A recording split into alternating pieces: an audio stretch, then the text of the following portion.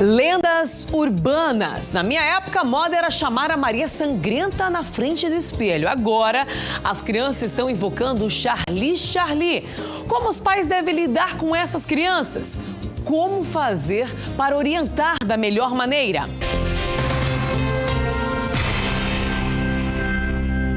E a gente já começa o programa de hoje falando de um assunto bem sério. É que muitas gerações provoca bastante polêmica e medo, principalmente nas escolas. Quem nunca ouviu falar na temida Maria Sangrenta? Aquela brincadeira feita lá no colégio em que a pessoa apaga a luz do banheiro, abre a torneira, olha para o espelho e invoca 3 vezes o nome dela.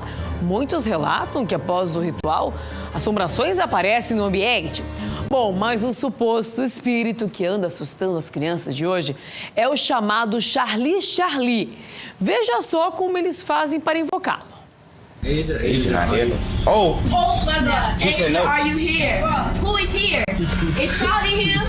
Hey, but tighten up, bro. But stop messing with him, bro. I'm gonna stop crying for real. Nobody's gonna have a fucking rampage. Charlie, are you here? Oh!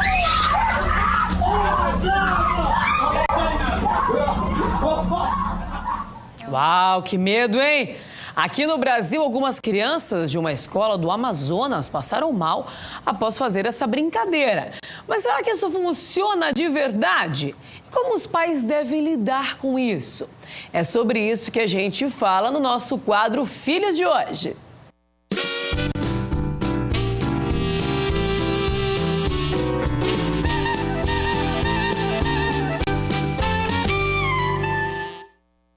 Já está aqui ao meu lado a psicóloga clínica, a doutora Marínia Fediuk, para trazer esclarecimentos para nós nesse feriadão. Muito boa tarde, doutora Marínia. Boa tarde, Melise. Boa tarde.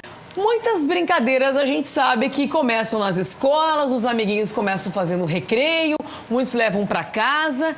Qual que é a consequência disso? Na verdade, o que a gente tem que olhar, até pelas cenas que apareceu ali, é que realmente essas brincadeiras, elas acabam se tornando muito traumatizantes, né? Por uma exposição a um suposto perigo, né? Porque a criança vê qualquer coisa fora do algo sobrenatural, como espíritos, assombrações, ela vai ver isso como algo muito perigoso. Então, esse tipo de brincadeira acaba traumatizando a criança. Por isso que as crianças acabam passando mal, né? Então, tem reações fisiológicas, tremores, o coração dispara, a mãozinha vai ficar suada.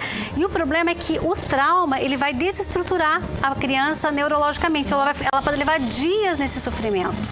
Então, ela vai poder, às vezes, começa a ter problema de alteração de sono, não consegue dormir, pode ter pesadelos, né?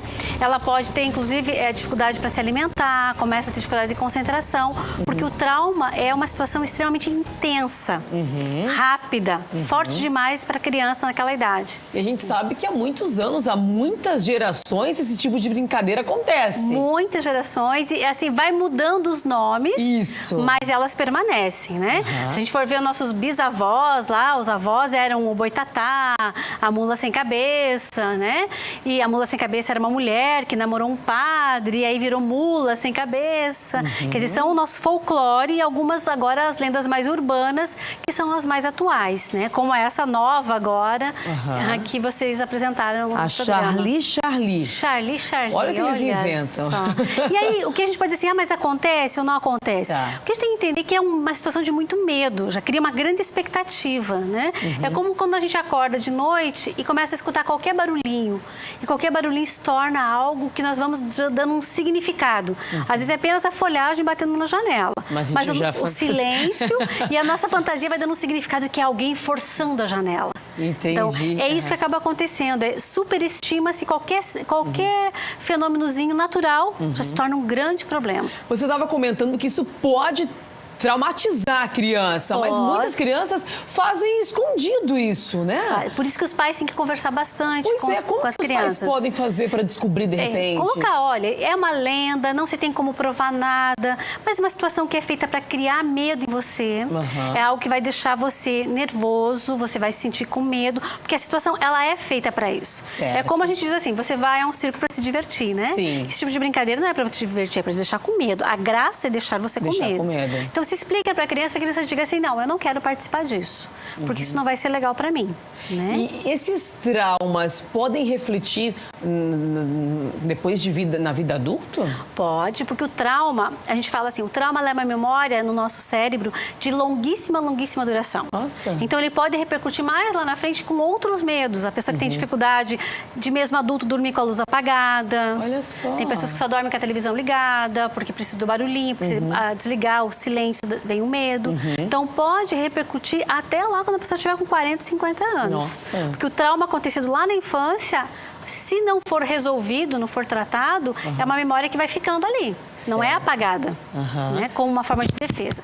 É assim que a raça humana desenvolveu, porque ela é capaz de ter memórias sobre os perigos que passou. Então o cérebro faz isso como autodefesa. Nossa, gente, então é mais sério do que a gente pensava, não é uma simples brincadeira, não. Não é uma simples brincadeira. E às vezes os adultos estimulam essa brincadeira porque acham engraçado ver a criançada passar medo, né? Eu diria, não faça esse tipo de brincadeira, porque o estrago pode ser muito grande. Além disso tudo, tem outras brincadeiras também, que é de se cortar. Então é pior ainda, né, doutora Marília? Muito pior, com certeza. É uma brincadeira que, além do trauma emocional, no caso, psicológico, vai ter o trauma físico ainda, da dor física mesmo, né? Nossa, gente. Então é um assunto extremamente sério, Velise. Eu vejo isso assim como um grande perigo para as nossas crianças. Se seu filho, de repente, está se desenvolvendo bem, aí participa de uma brincadeira dessa, como ele é criança, não consegue dimensionar a situação. A partir disso, ele começa a ter problemas na escola, de concentração, problemas de insônia, começa a roer a unha porque começa a ficar muito ansioso. Quer dizer, para que fazer algo que vai te fazer tão mal, né? Uma situação que assim como aconteceu com as crianças que a gente falou ali no Amazonas. Lá no Amazonas. Super mal. E a gente sabe que essas brincadeiras, às vezes, os pais não têm como ter controle. Sim. Então, por isso que a importância de orientar. Mas também não usar essas brincadeiras em casa. Né? Às vezes os pais, para a criança ficar quieta, olha, fica quieto, senão vou chamar a velha do saco. Tem muito disso. Né? Se você não ficar bonzinho, não obedecer, eu chamo o velho do saco. O velho do saco é uma coisa há décadas. Não se faz. Os pais têm que usar a sua autoridade. Você vai ficar quieto porque é o momento de ficar quieto. Se você não ficar quieto, vai ter uma consequência. Mas jamais o medo. O medo não é educativo, o medo é traumatizante. Olha só. Ele não é educativo. Ele é uma forma rápida de você conseguir o controle sobre alguém. Mas você consegue o controle, mas você machuca e vai adoecer essa pessoa emocionalmente. Nossa, e por que surgiram essas lendas culturais, doutora? Olha, eu acho que se a gente for bem atrás, né, o ser humano, tudo aquilo que ele não consegue explicar, ele começa a dar algo sobrenatural. Entendi. E aí se descobriu que com esse medo sobrenatural poderia dominar as pessoas, inclusive povos inteiros, através do medo, né? Aí vinham os sacrifícios humanos. Isso foi se modificando aos séculos e hoje a gente tem uma forma, às vezes, de controle e de brincadeira entre os adolescentes e as crianças, né? Entendi. Só que geralmente era os adolescentes que faziam a tal da brincadeira do copo e tal. Hoje está cada vez mais cedo, porque as crianças estão tendo acesso mais rápido a essas lendas urbanas via internet. Então, para a gente finalizar, doutora Marília, uma dica para os pais, principalmente, que estão nos assistindo, conversarem com os filhos, perceberem e perguntarem se eles estão fazendo esse tipo de brincadeira e trazer uma orientação maior para eles sobre isso. E colocar para eles que eles têm o direito de não participar e que corajoso é aquele que não se deixa dobrar pelas chantagens dos amiguinhos. Olha, adorei essa frase. Muito bom, doutora Marília. E aí a criança se fortalece e diz, não, isso é bobagem, eu não vou participar, né? Isso é fantasia, mágicas as pessoas fazem, né? A gente vai dizer assim, a gente tem medo do mágico? Não, porque a gente sabe que ele está fazendo uma mágica. Eu diria que essas brincadeiras, elas partem do princípio de uma mágica, só que você não trata como uma mágica, você trata como uma maldição. Né? E aí dá esse poder do medo, né? Entendi tudo. Doutora Marília, muito obrigada pela sua participação. Excelente feriadão. Para ti também, que aproveite bastante. Obrigada. E todos que estiverem nos assistindo, aproveite para conversar bastante com as crianças. Boa, adorei. Vamos desmistificar aí as lendas urbanas. Obrigada, doutora Marília. Agradeço.